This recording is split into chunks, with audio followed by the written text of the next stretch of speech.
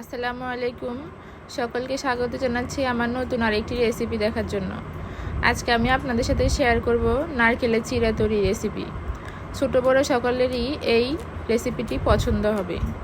চলুন তাহলে দেখে নেওয়া যাক কী কী লাগছে এই রেসিপি তৈরিতে।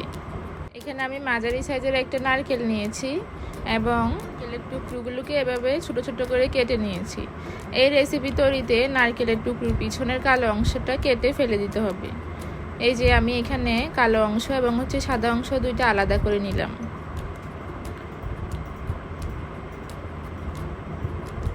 আলাদা করে নেওয়ার পর এগুলোকে ছোট ছোট করে আপনাদের পছন্দের অনুযায়ী পছন্দের সাইজ মতো এগুলোকে কেটে নিতে হবে। আমি আমার পছন্দের সাইজ অনুযায়ী এভাবে ছোট ছোট করে কেটে নিলাম। তারপর একটি পাত্রে কুসুম গরম পানিতে নারকেলের টুকরোগুলোকে 5 মিনিটের জন্য ভিজিয়ে রাখতে হবে। এতে করে নারকেলের সাথে যে তেল থাকে, নারকেলের তেল, সেই তেলগুলো চলে যাবে। কারণ এই রেসিপি তৈরিতে নারকেলের তেল থাকলে সেটা হবে না।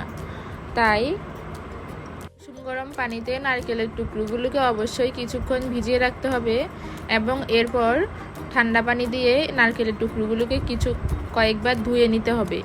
এতে করে নারকেলের সাথে যে অতিরিক্ত ময়লা থাকবে বা নারকেল সম্পূর্ণ চিড়া তৈরির জন্য পারফেক্ট হয়ে যাবে।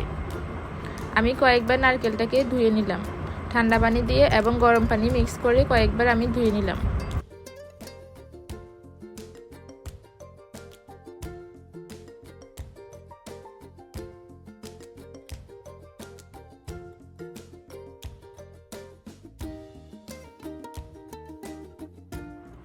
এরপর একটি পাত্রে আমি 1 কাপ চিনি এবং এর সাথে আরও 1/4 কাপ চিনি এবং 1/4 কাপ পানি অ্যাড করলাম। তারপর সুগন্ধির জন্য আমি 2টা তেজপাতা ছিঁড়ে দিলাম এবং 3টা এলাচ এবং 2টা দারচিনি দিলাম। আপনারা আপনাদের পছন্দ মতো দিতে পারবেন এবং সামান্য লবণ দিয়ে দিলাম।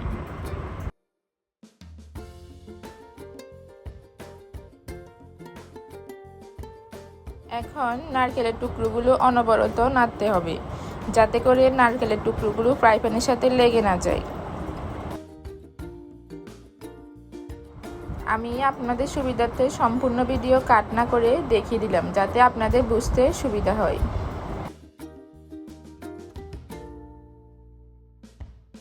এই পর্যায়ে দেখবেন নারকেল থেকে কিছুটা পানি ছেড়ে দিয়েছে এবং ততক্ষণ পর্যন্ত নাড়তে হবে যতক্ষণ না পর্যন্ত নারকেলের পানিগুলো শুকিয়ে যায়।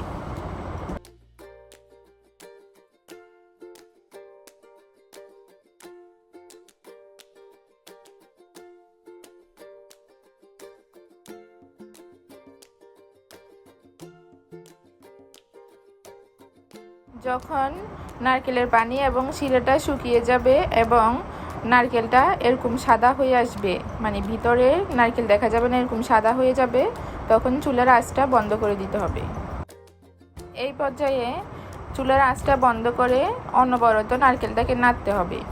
এই ক্ষেত্রে আপনারা নারকেলটা না নাড়লে নারকেলটা লাল হয়ে যাওয়ার সম্ভাবনা থাকবে এবং অনেকেই এই ভুলটা করার কারণে তাদের নারকেলটা লাল হয়ে যায়, সম্পূর্ণ ধবধবে সাদা হয় না। নাড়তে নাড়তে এক পর্যায়ে দেখবেন নারকেলের শিরাটা সম্পূর্ণ শুকিয়ে গেছে এবং এরকম ঝরঝরে হয়ে যাবে। তখন বুঝবেন আপনাদের নারকেলের চিড়াটা সম্পূর্ণ পারফেক্ট হয়েছে।